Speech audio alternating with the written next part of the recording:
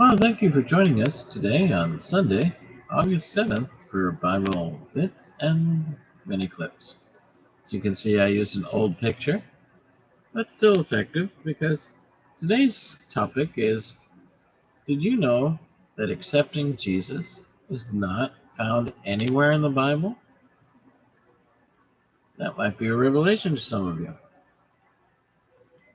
But making Jesus acceptable to culture is idolatry because it's making a God in our own image.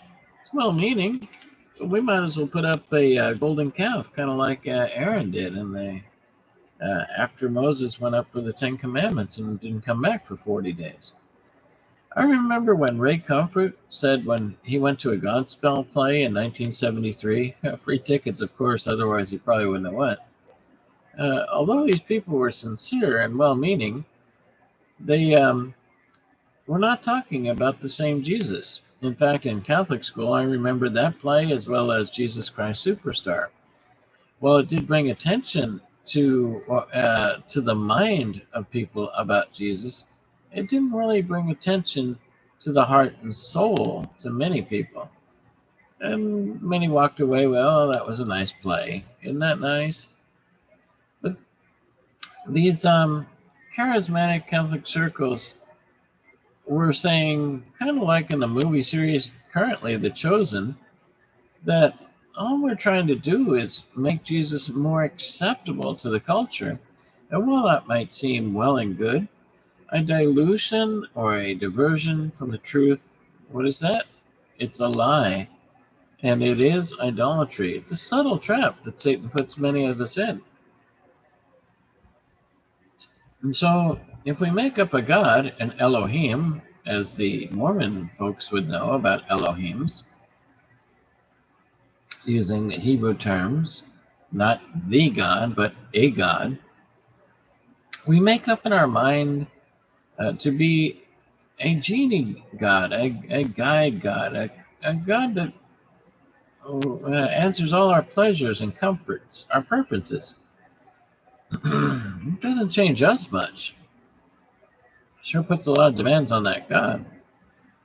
Oh, we may say, I am a fan of Jesus. I saw all your movies on TV. Even went to church once in a while, lit a candle and threw something in the offering and shook the pastor's hand at the door. But for the life of them, they could not remember even one point of the sermon an hour or a day later after the pastor preached.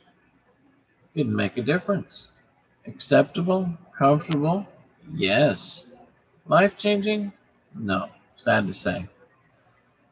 A life not changed is a life not saved. Until we dedicate our whole life, our whole heart, and everything that is in us to submit to Jesus, we cannot be His. We must be born again.